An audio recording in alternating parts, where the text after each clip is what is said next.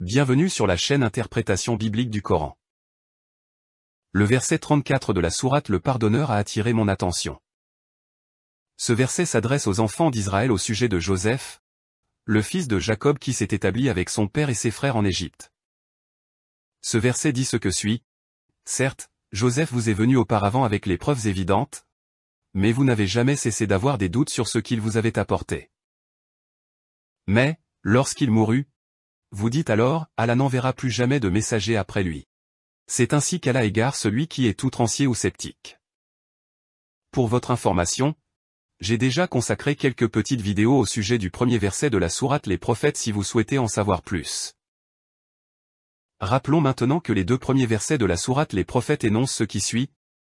Le décompte des gens, ou le comptage des gens, tire à sa fin, alors qu'ils sont dans leur insouciance, ils s'en détournent.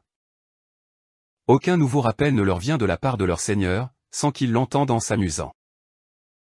Les exégètes nous disent que le vocable « Hisab » signifie « le jour de jugement ».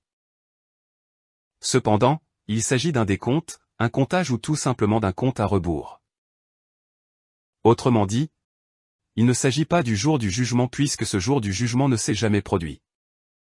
De plus, le contexte de la sourate ne met pas l'accent sur le jour du jugement, mais il nous laisse comprendre que le locuteur coranique s'adresse ici aux Israélites. Il leur rappelait les rappels qui leur avaient été faits par l'entremise des prophètes antérieurs.